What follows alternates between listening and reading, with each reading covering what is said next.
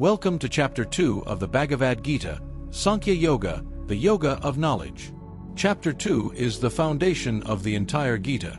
It begins with Arjuna in deep despair, refusing to fight. Krishna, as his guide and teacher, reveals timeless wisdom. In Chapter 1, Arjuna was overwhelmed by despair. Now, Krishna begins his divine teachings, wisdom that forms the very foundation of life. Let us begin with a powerful shloka from this chapter. यह सर्वत्रान्भिस्नेहस्तत्तत् प्राप्य शुभाशुभम् नाभिनन्दति न द्वेष्टि तस्य प्रज्ञा प्रतिष्ठिता. Meaning, he who is without attachment, who neither rejoices when he obtains good, nor hates when he encounters evil, such a person's wisdom is firmly established. This shloka describes a person of steady wisdom, Sthitaprajna. A wise person is not shaken by the dualities of life, success and failure, pleasure and pain, praise and criticism. This does not mean they become cold or indifferent. It means they develop equanimity. They understand that joy and sorrow are temporary waves, while the soul remains untouched. Their happiness comes from inner stability, not external ups and downs. After the Kurukshetra war, Yudhishthira was crowned king. But his victory felt hollow. He had lost countless warriors, his beloved nephews, even had to fight against his own teacher and relatives. Some hailed him as Dharmaraja, the upholder of righteousness. Others whispered that his ambition had caused mass destruction. Yet Yudhishthira remained steady. He was not overjoyed by honor, nor broken by insult. His heart stayed fixed on Dharma, not on people's opinions. In our times, this teaching shines clearly. At work, one employee gets a promotion and feels on top of the world. Another is rejected and sinks into depression. But a person of wisdom sees promotion as an opportunity to serve, and rejection as a chance to grow, without losing balance. In daily life, when praised, a wise person does not become arrogant. When criticized, they do not become bitter. Their mind remains calm, steady, and free. Core lesson. Arjuna listening to Krishna, hands folded. Equanimity is strength. When we stop being slaves to external circumstances, we discover inner freedom. True wisdom is not in reacting to life, but in responding with balance. That is the gift of Chapter 2, Shloka 57 of the Bhagavad Gita. In the last chapter, we left Arjuna in tears. The mighty warrior dropped his bow and declared, "I will not fight." Now, in Chapter 2, Krishna begins to speak. And what he says is not just for Arjuna, but for anyone who has ever felt weak, confused, or lost in life's battles. Krishna looks at Arjuna and says firmly, "My dear Arjuna, your grief is not befitting a warrior. This weakness of heart is not worthy of you. Stand up and fight." Krishna's first words are a wake-up call. Don't give in to despair. Even in our darkest moments, the divine reminds us, we are stronger than we think. Arjuna realizes he cannot solve this himself.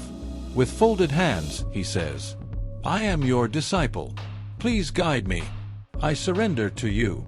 This moment is critical. Until now, Arjuna spoke as a friend. Now, he becomes a true seeker.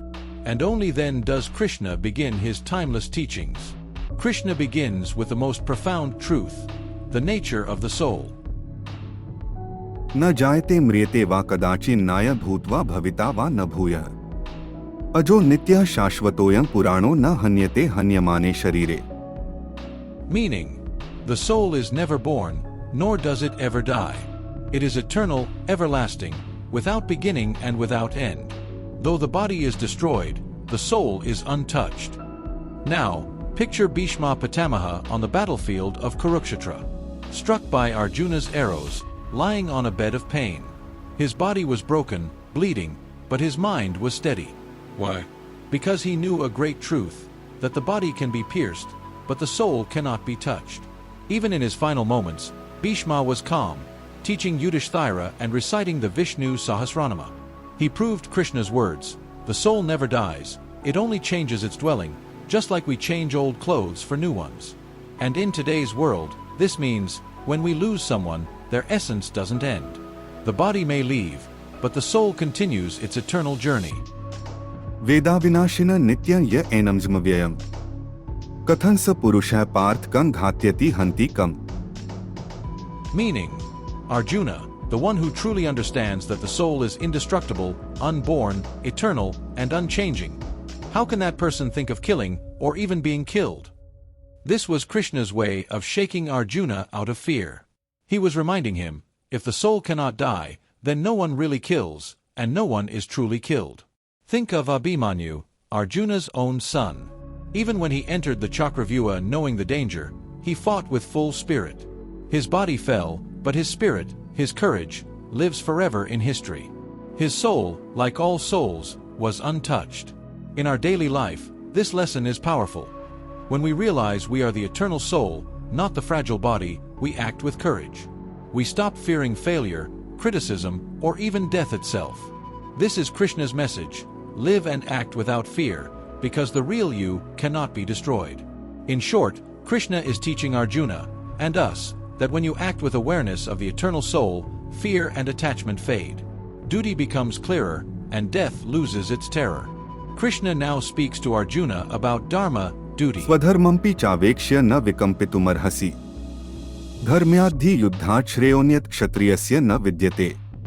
Meaning, considering your duty, svadharma, as a warrior, you should not waver.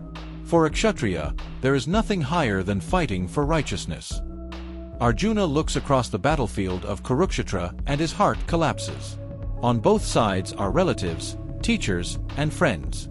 He feels that to kill them would be a sin, so he drops his bow. Krishna, with a calm but firm voice, reminds him, Arjuna, your duty as a warrior is not about personal likes and dislikes. It is about protecting Dharma, the order, justice, and righteousness of the world. To abandon this fight is to abandon your responsibility. When Bhishma took his terrible vow to remain celibate for the sake of Hastinapura, it was painful for him personally. But he accepted it as his dharma to preserve the throne's stability. His personal desires came second to his responsibility. Similarly, Arjuna must fight not because he hates his enemies, but because standing aside would allow injustice, cruelty, and adharma to rule. The Kauravas' arrogance had already broken Dharma. If no one stood against them, society would collapse. Krishna teaches, Dharma is not about comfort, but responsibility. As sometimes our duty is painful, like a doctor performing surgery, or a parent disciplining a child. But avoiding responsibility out of fear or attachment creates greater harm. Key lesson for us today. In our lives, we too face moments when heart and duty clash. Whether it's a leader making a tough decision, a teacher correcting a beloved student, or a judge giving punishment to a guilty friend, Dharma demands responsibility over emotion. Then comes Karma Yoga. योगस्थः कुरु कर्माणि संगं त्यक्त्वा धनंजय सिद्ध्य सिद्ध्योः समो भूत्वा समत्व योग उच्यते. Meaning, be steadfast in yoga, O Dhananjaya. Perform your duty, abandoning attachment. Remain balanced in success and failure. Such equanimity is called yoga. This shloka is the foundation of karma yoga. Focus on effort, let go of attachment to results. On the battlefield, Arjuna was trembling.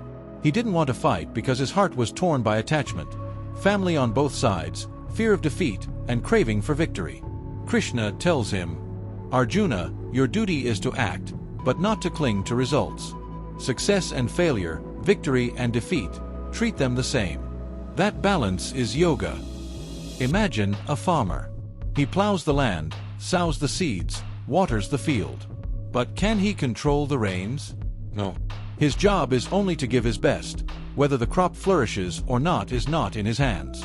If he gets attached only to the harvest, he will suffer. But if he focuses on his effort, he will always be at peace. Similarly, in the Mahabharata, think of Yudhishthira. He always acted with Dharma, even when things went against him, like losing everything in the game of dice. Yet, he did not abandon his principles. His steadiness was his real strength. Krishna's message is timeless. In work, do your best, but don't obsess over the outcome. In life, don't let success make you arrogant or failure break you. A true yoga is balance, staying calm in both sunshine and storm. यत्तो ह्यपि कौन्ते पुरुषस्य विपश्चितः Indriyani pramathini haranti prasbham manah. Meaning, Arjuna, even a wise person who sincerely strives for self-control can have their mind dragged away by the restless senses. Krishna warns that knowledge alone is not enough. The senses, sight, sound, touch, taste, smell, are like wild horses. If not controlled, they overpower even the disciplined mind. This shloka teaches, vigilance and humility are essential, because temptation can come any time. Rishi Vishvamitra performed intense penance to become a Brahmarshi. His power grew so great that Indra, king of the gods, became fearful. Indra sent the celestial nymph Menaka to disturb him. Her beauty and charm broke Vishvamitra's meditation. Despite years of discipline, his mind was carried away by the senses. This story perfectly reflects Krishna's warning: even the strongest can be shaken if vigilance is lost. In today's world, we face the same challenge. A person may know meditation, discipline, or healthy living. Yet a moment of carelessness, temptation, distraction, or desire can pull them away.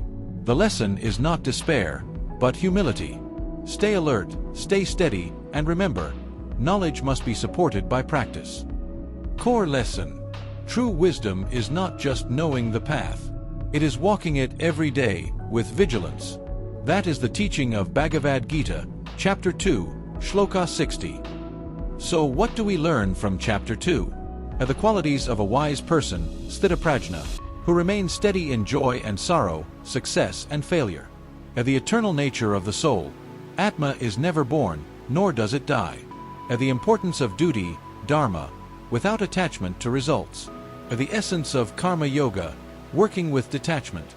The warning against restless senses that can disturb even the wise. Chapter 2 is like a handbook for life.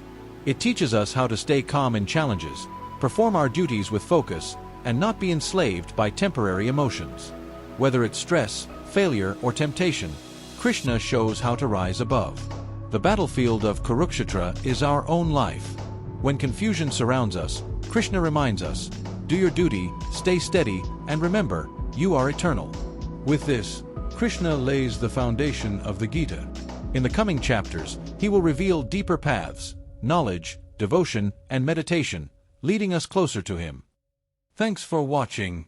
This is Guide to Wealth, where powerful ideas meet practical action.